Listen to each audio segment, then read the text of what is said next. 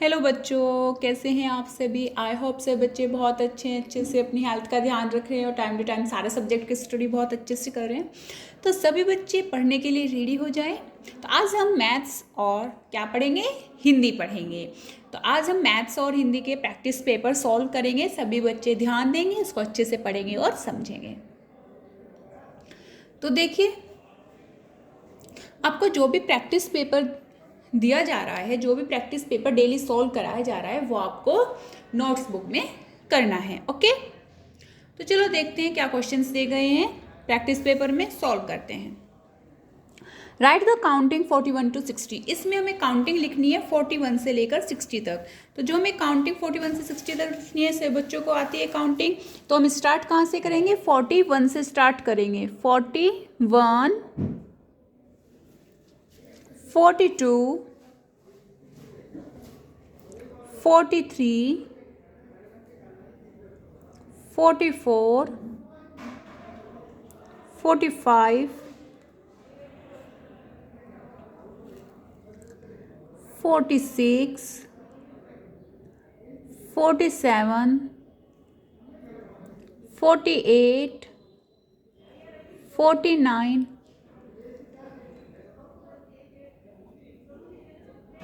50। इस तरीके से आपको 60 तक काउंटिंग करनी है। तो आपको पता है अब 50 से आगे 51, 52, 53, 54, तो आपको 60 तक ऐसे काउंटिंग करनी है। ओके, इस तरीके से आपको 60 तक अपनी काउंटिंग लिखनी है। फिर है question 2, what comes in between. In between ये कह रहे हैं कि बीच में क्या आएगा। देखो, आपको पता है कि बिफोर मीन्स पहले होता है, आफ्टर मीन्स बाद में होता है, और इन बिटवीन बीच में।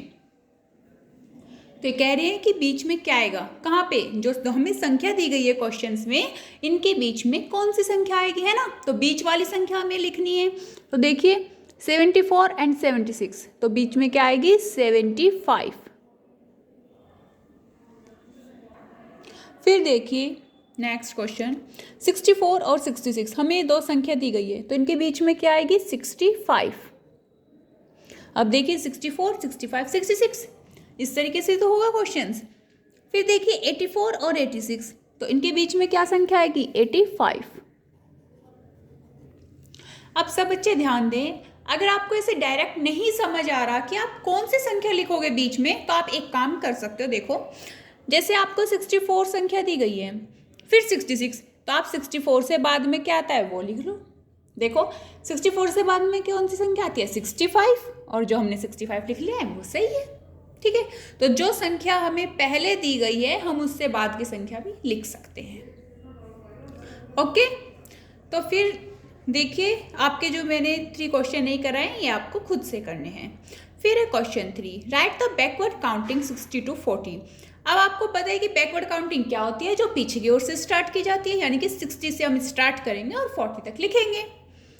देखो 60, 59, 58, 57, 56, 55, 54, 53, 52, 51, 50। 50 तक मैंने आपको करा दी है बैकवर्ड काउंटिंग, इससे आगे आपको खुद से करनी है। जैसे 50 के बाद क्या आएगा, 49, और फिर इस तरीके से 48, 47, 46, 45, है ना, 40 तक आपको बैकवर्ड काउंटिंग करनी है। फिर आते हैं देखिए हिंदी के क्वेश्चंस। स्वर वर्णों को लिखिए। ये कह रहे हैं स्वर वर्णों को लिखिए, यानी कि स्वर वर्ण क्या होते हैं बच्चों, ए, आ, ई, है ना, ये सब क्या होते हैं, स्वर वर्ण होते हैं। अ, आ, ई, उ, री, ए, ऐ, है ना। तो देखते हैं, चलो लिखते हैं स्वर वर्ण। स्वर वर्ण क्या होते हैं, आ, ई, बड़ी ई, छोटा ऊ से उल्लू, बड़ा ऊ से ऊन,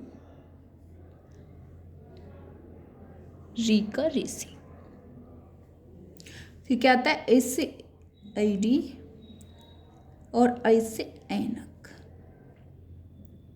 O से औखली, औ से औरत, अंग से गुड़, अणे खाली। तो ये सब क्या होते हैं? ये सब हमारे स्वर वर्ण होते हैं।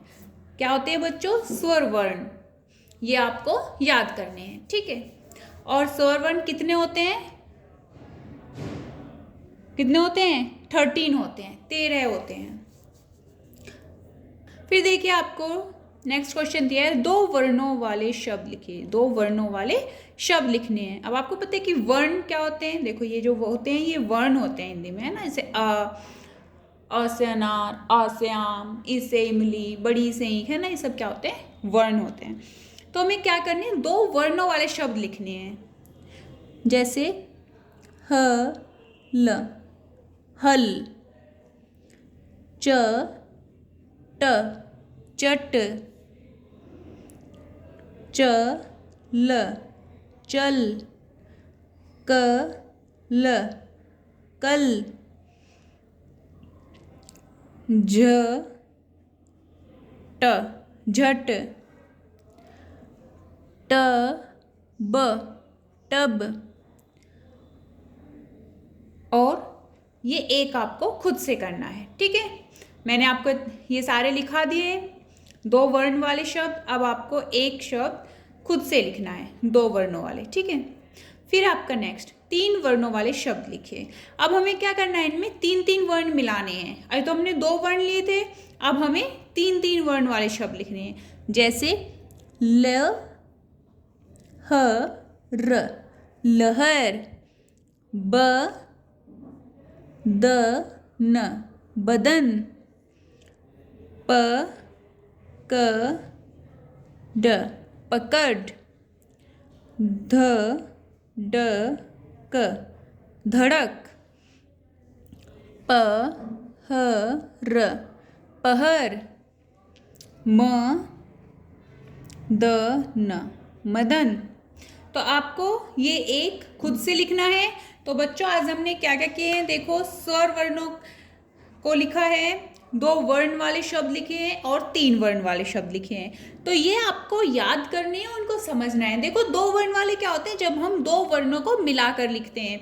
और 3 वर्ण वाले शब्द कैसे होते हैं? जब हम 3 वर्णों को मिलाकर लिखते हैं। तो ये एक एक आपको खुद से लिखना है। ऐसे मैथ्स में जो हमने किए हैं काउंटिंग, आपको ये खुद से करनी है। जो मैंने छोड़ दिया है वो आपको खुद से सॉल्व करना है। तो सभी बच्चे इसको अपनी मैथ्स और हिंदी की नोटबुक में सॉल्व करेंगे और साथ ही साथ याद करेंगे।